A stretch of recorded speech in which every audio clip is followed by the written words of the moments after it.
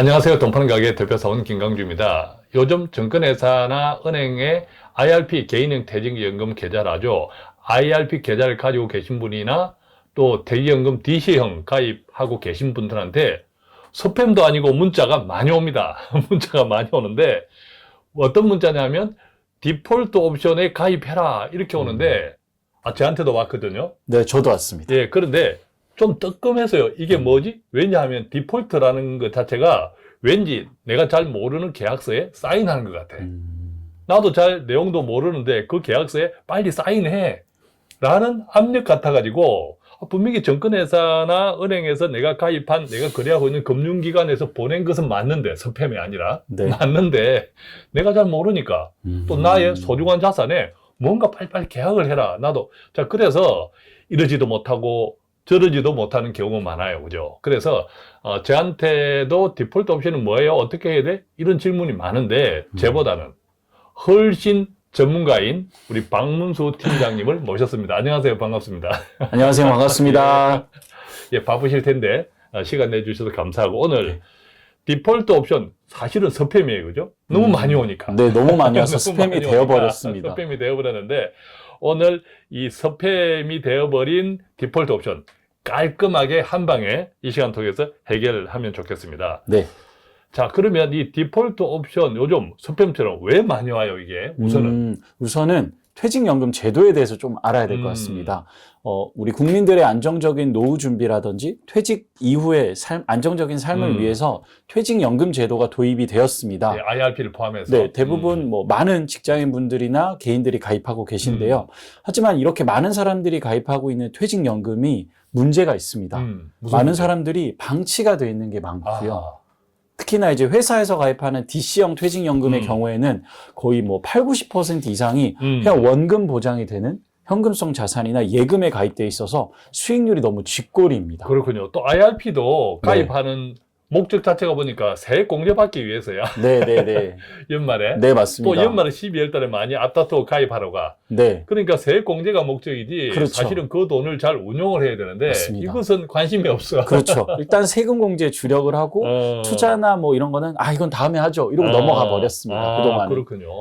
그러면 지금까지 퇴직연금이나 네. 또 IRP 최근까지 수익률이 대체로 어때요? 대체로 어떻게 이렇게 스팸을 보내면서 난리법석을 치는 거지? 네, 대부분의 그 수익률들은 1%에서 2%를 채 못 넘고 있습니다. 아니 그러면 네. 은행 예적금이잖아, 그죠? 아니 네. 은행 예적금도 요즘은 1%, 2%가 아니야. 그렇죠.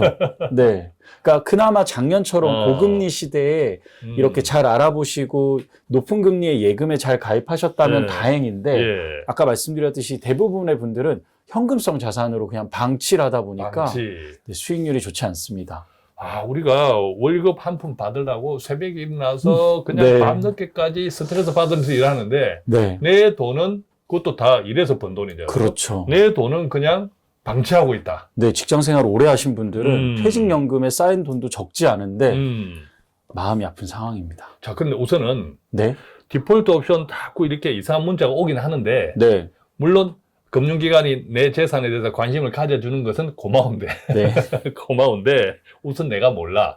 자, 그러면 내가 이해할 때까지 계약서에 사인을 해야 될 거잖아요. 네. 자, 그러면 만약에 계속 안내 문자가 오는데 네. 내가 응답을 하고 있지 않으면 어떻게 돼요? 뭔가 내 계좌가 없어지나? 그런 건 아닙니다. 그런 건 아니고. 네, 디폴트 옵션에 관련해서는 아무것도 하지 않으면 아무 일도 일어나지 않습니다.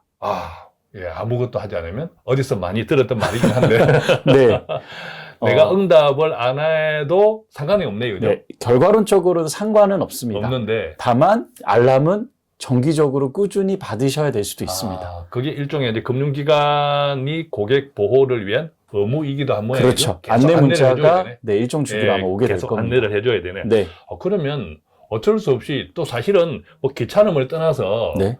이 디폴트 옵션의 제도에 대해서 나를 위한 거니까 궁극적으로는 네. 내 수익률을 높여주기 위해서니까 일단은 내가 공부를 좀 하는 게 좋네. 맞습니다. 그죠? 공부를 좀 하는 게 좋은데 자, 그럼 지금부터 디폴트 옵션이 무엇인지 일목요연하게 한번 정리를 해보겠습니다. 네. 일단은 우선 운영되고 있는 퇴직연금 구조를 간단히 들여다보면요. 크게 세 가지로 나눌 수 있습니다. 확정급여형, 확정기여형. 자, 요거는 이제 회사 다니는 사람들. 그렇죠. 직장 다니시는 근로소득자분들이 둘 중에 하나는 거의 대부분이 무조건 가입되어 있습니다. 뭐 간단히 DB형 같은 경우에는 회사에서 알아서 운영을 하고요. 우리가 오늘 관심 가져야 되는 것은 확정기여형, 그러니까 운용에 대한 책임이 우리에게 있는 확정기여형 상품. 이제 나한테 막 서피면 오는 거다, 그죠? 그렇죠. 그리고 개인적으로 세금 공제를 받기 위해서 가입하는 개인형 퇴직연금 IRP입니다. 이 두 가지를 관심을 가져야 될 것 같습니다. 자, 그런데 이 디폴트 옵션이라는 것이 우리나라만 하고 있나요? 그렇진 않습니다. 그렇진 않고. 디폴트 옵션은 우리나라 말로 뭐 사전 지정 운영 제도라고도 하는데요. 미국이나 호주처럼 뭐 DC형 퇴직연금 계좌가 굉장히 많이 발달된 나라에서는 이미 널리 하고 있는 제도 중에 하나입니다. 사실은 퇴직연금 제도가 우리나라는 다른 선진국에 비해서 늦게 하고 있는 거잖아요. 그렇죠. 네. 그러면 이미 오래전부터 하고 있는 다른 나라들은 이 디폴트 옵션을 일반적으로 많이 하고 있네, 그죠? 네, 그렇습니다. 그럼 일본도 하고 있나요? 네, 일본도 운영 중에 있는 제도입니다. 그렇군요. 자, 그럼 이 같은 디폴트 옵션은 우리가 퇴직연금 제도를 늦게 시작했으므로 어떤 면에서 우리도 이제 늦게 하는 거다. 네, 그렇습니다. 늦게 하는 것이고, 네. 또 구체적으로 언제부터 시행하는 거예요, 이게? 국내에서는요, 퇴직연금 가입자들의 수익률을 높이고 소득 보장을 하기 위해서 최초 시행은 작년 7월부터 도입이 되었습니다. 작년 7월. 네, 22년 7월에 도입이 되었고 지금까지 1년 동안의 어찌 보면 유예 기간을 뒀습니다. 이때는 의무가 아니었습니다. 하지만 얼마 전 7월 12일부터는 본격 시행이 되었습니다. 본격 시행이 됐. 어떤 의미에서 1년 동안 우리가 시달리고 있었네. 네. 예. 자, 그러면 이 디폴트 옵션이라는 것은 금융기관에서 내가 계좌가 개설되어 있는 금융기관에서 이렇게 해라고 그냥 강제로 오는 거예요? 일단은 퇴직연금 가입자, DC형 퇴직연금이나 IRP를 가입한 사람들이 그 대상이 되는 겁니다. 이런 대상자들에게 사전에 금융기관들이 이렇게 몇 가지 운영안을 만들어 놨습니다. 몇 가지를? 네, 몇 가지 운영안을 만들어 놨는데 개인의 투자 성향이나 어떤 개인별 재무 목표에 맞춰서 그 안 중에 하나를 선택을 해 놓으시면 됩니다. 예컨대 개인의 투자 성향이라고 하면 나는 원금을 1원도 손해보기 싫어. 네. 원금이 그냥 조금이라도 줄어들면 그냥 밤에 잠을 못 자. 잠을 안 자. 이런 분이 있습니다. 그런 분들을 위해서는 뭐 초저위험 포트폴리오가 만들어져 있습니다. 예컨대 예금 위주. 예금 위주입니다. 그다음에 반대로 나는 그래도 조금 돈을 불리고 싶어. 은행 이자 이상으로. 그렇죠. 그런 분들한테는 좀 위험 자산 비중이 높은 펀드 포트폴리오가 또 만들어져 있습니다. 그러니까 우리가 음식점에 가면 뷔페처럼 내 입맛에 맞도록 그걸 이제 투자 성향이라고 본다면 입맛에 맞도록 다양한 음식들이 준비되어 있다. 네, 그런 것들을 이제 증권사가 뭐 6개, 7개 이렇게 안을 만들어 놨고 우리는 그것을 선택하면 됩니다. 그렇군요. 자, 그러면 그 중에 하나를 선택한다고 하면 어떤 여러 가지 이제 한 5개 중에 A, B, C, D, E라고 하면 증권회사나 금융기관에 나한테 제시한 그 중에서 내가 하나를 선택했어. 하나를 선택했으면 내 계좌는 또 하나를 선택했지만 내 계좌는 이미 다른 상품이 지금 담겨 있잖아요. 그렇죠. 맞습니다. 담겨 있으면 선택하자마자 내가 지금 내 계좌에 담겨 있는 것들이 선택한 걸 확 바뀌어요? 그렇진 않습니다. 네, 여기서 이제 많은 분들이 의문점을 표하는데요. 제가 설명을 잘 드려보겠습니다. 디폴트 옵션을 선택하게 되면은 일단 지금 이 순간은 내가 투자하고 있는 상품에 전혀 영향을 끼치지 않습니다. 언제 이 디폴트 옵션이 짠 하고 나오냐면 내가 투자한 상품 중에서 만기가 된 상품이 있을 때 내 계좌에 여러 가지 상품이 있는데 네, 맞습니다. 그 중에 만기라고 하면 일반적으로 뭐 정기 예금이 있을 것 같습니다. 그런 것들 뭐 다른 ETF나 뭐 펀드 이런 것들은 만기 자체가 없죠. 그렇죠. 지속 투자가 되니까요. 그러면 예를 들어서 내 계좌에 IRP든 뭐 DC든 내 계좌가 1,000만 원이 있어. 1,000만 원인데 그 중에 한 500만 원이 500만 원? 정기 예금이야. 1년짜리야. 자, 그랬을 때 이 500만 원이 만기가 되었다고 쳐요. 만기가 되었으면 어떻게 돼? 내가 그 전에 A라는 디폴트 옵션을 선택했다면. 네, 맞습니다. A라는 디폴트 옵션을 선택을 해놨고 이제 일정 시간이 지나서 만기가 되었습니다. 자, 만기가 된 시점에서 일단은 4주 동안은 아무 일이 없습니다. 근데 이제 4주가 지나는 동안 가입자가 아무런 액션을 취하지 않았다. 그냥 만기 금액이 그대로 현금성 자산으로 있다면 4주가 지난 시점에 이제 증권사나 혹은 금융기관이 음. 알람이 옵니다. 음. 뭐 쉽게 말해서 너 왜 아무것도 안 해? 아, 네 A라고 선택했잖아. 네, 너 뭐라도 해야 되지 않아? 뭐 어. A를 할 거야 아니면 다른 재투자를 해야 되지 않아? 알람이 들어오고 그로부터 2주가 지나도 아무것도 하지 않으면 사전에 지정해 놓은 A 값으로 이제 만기된 금액이 재투자가 되기 시작합니다. 아, 그렇군요.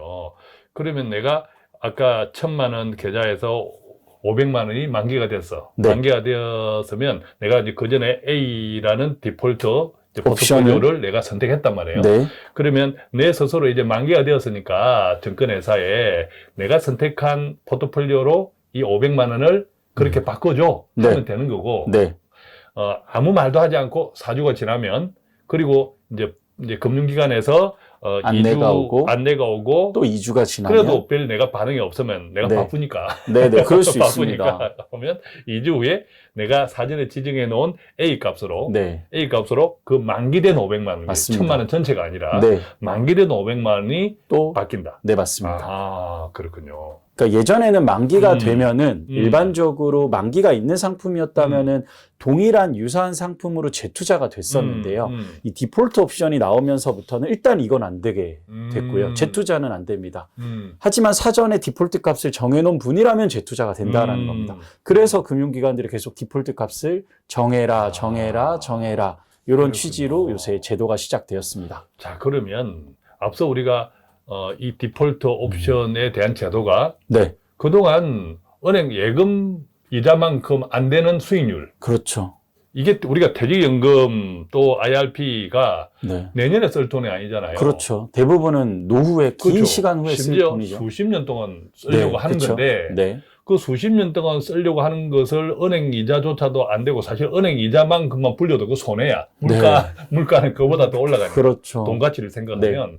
자, 그래서 그 수익률을 정말 우리 국민들의 노후 자산이니까 조금 더 수익률을 좀 높여봐라는 네. 취지로 만든 건데, 맞습니다. 지금까지는 디폴트 옵션을 조금 이제 많이 했을 거잖아요. 네, 1년 정도 시간이 지났으니까요. 결과는 어때요? 결과는 아쉬움이 큽니다. 어찌 보면 퇴직연금이라는 제도나 디폴트 옵션 자체가 우리 국민들의 노후를 잘 보장해 주려고 나온 상품인데, 하지만 결과값은 아쉬움이 큽니다. 일단 대부분의 분들이 80에서 90% 이상의 분들이 여전히 원금 보장 상품을 선택하고 있습니다. 원금 보장. 뭐 투자가 꼭 뭐 유리하다, 좋다 이런 건 아니지만 제도의 취지는 물가 상승보다는 좀 더 나은 수익을 꾸준히 안정적으로 내자인데 대부분은 초저위험 투자를 선택하시다 보니까 이제 기대와는 좀 다른 결과값이 나오고 있고요. 사람들이, 우리 국민들이 의외로 네. 내 돈에 대해서는 별 관심이 없네. 네, 뭐 관심도 없기도 하지만 제가 삼성증권에 퇴직연금이 있어서 예. 실제로 해봤거든요. 예. 두 가지 이유가 생각이 나더라고요. 예, 예. 첫 번째는 위험 추구 상품의 구조를 알기가 너무 어렵습니다. 위험 추구 상품의 구조. 이때 구조라고 하는 것은? 뭐 예를 들면 그래, 내가 이번 기회에는 좀 고위험 고수익 상품을 선택해야지. 그럼 그 상품이 뭔지 이렇게 투자 설명서나 운용 보고서를 다운받아서 읽어보는데 전문적으로 하는 저조차도 너무 어렵고요, 내용이. 양이 너무 방대합니다. 아니, 우리 박문수 팀장께서 어렵다면 전문가가, 일반인들은 아예 그냥 전혀 모르는 단어들이 나야 되겠네. 그러니까 뭐 좀 쉽게 한두 페이지로 이걸 선택하면 뭐 이런 정도의 뭐 예상 수익률을 뭐 볼 수 있다 이렇게 하면 좋을 것 같은데 뭐 100페이지, 200페이지 이러니까 그걸 읽어보기가 너무 어려울 것 같고요. 네. 그래서 당연히 원금 보장 상품을 선택하는 것 같고요. 친절하지 않네. 네. 그리고 두 번째는 뭐 저처럼 내가 투자하는 스타일이 확고한 사람들은 어차피 디폴트 옵션을 쓸 일이 없습니다. 그렇지. 그러니까 또 초저위험 원금 보장 상품을 선택하게 돼 있습니다. 이것저것 복잡하니까 그냥 그래도 돈 안 까먹는 원금 보장. 네, 좋아. 맞습니다. 자, 그런 분들이 많고, 네. 또 기본적으로 내 돈을 까먹기 다 싫어하니까. 그렇죠. 네. 그러니까 이런 투자 상품에 대해서 내가 공부가 안 돼 있으면 이 제도 자체에 의미가 없어지네, 결론적으로. 그렇죠. 네, 맞습니다. 그러니까 결론적으로. 어떤 금융기관이나 정부 정책적으로 좀 친절하게 옵션에 대해서도 설명을 많이 해주고 선택할 수 있는 여러 가지 안에 대해서도 좀 부연 설명이 있으면 좋을 것 같은데 뭐 제도 초기라서 그럴 수 있을 것 같습니다. 그런데 솔직히 우리도 이제 금융기관 직원들을 많이 상대해보지만 네. 금융기관 직원들은 월급쟁이잖아요. 아, 네, 그렇죠. 직원들 입장에서 네. 개별 고객의 IRP 계좌나 네. BC 계좌를 잘 관리해 주기가 힘들어. 행편 자체가. 그렇죠. 그죠? 행편 네, 자체가. 그거 뭐 맞습니다. 잘 관리해 준다고 해서 뭐, 자기 보너스가 생기는 것도 아니고 그렇죠. 성급이 되는 것도 아니고 그렇죠. 다른 금융기관에 있는 돈을 네. 우리 금융기관으로 많이 이렇게 유치는 유치하는 하지만, 이것은 실적의 대표지만 네. 뭐 고객이 마이너스가 되든 고객이 플러스가 되든 그 그분의 월급이나 보너스나 성질에 아무 네. 영향이 없어. 이런 얘기 해도 되나요, 저희? 실질적으로 그런데 아, 뭐. 그래요? 이제 그러다 보니까 네. 어떤 의미에서는 좀 관리해줘 라고 하는 사람들이 많아질수록 네. 그 직원은 불편해질 것 같아. 맞습니다. 번거로움이 생기겠죠. 그렇죠. 돈도 안 되고 자기한테. 네, 돈도 안 돼. 돈도 안 되고 유치해 네. 놓으면 되지. 네. 그래서 그 투자 상품에 대한 설명서를 무려 100페이지씩이나 엄청나게 네. 우리는 그런 이유가 있을 수 있겠네요. 제도에 대한 지지는 시크릿으로 잘하고 있어, 우리는. 네. 우리는 잘하고 있어. 잘하고 네. 있는데 내가 더 이상 도와주기는 싫어. 이런 것도 좀 있는 것 같아요. 그죠? 인정하기 싫은 좀 진실이네요. 그런데 어쨌든 퇴직연금이나 또 IRP를 포함해서 이게 다 노후자산이고 네, 그렇습니다. 내년에 쓸 돈 아니잖아요. 내년에 그렇죠. 쓸 것이면 당연히 원금 보장, 네, 정기예금 예적금이지만 같은 상품에 넣으면 좋겠죠. 긴 세월을 보면 이게 1%, 2% 은행 금리 가지고 원금 보장이 된다. 만약에 10년 뒤에 네. 내가 원금 보장인 상태로 있다.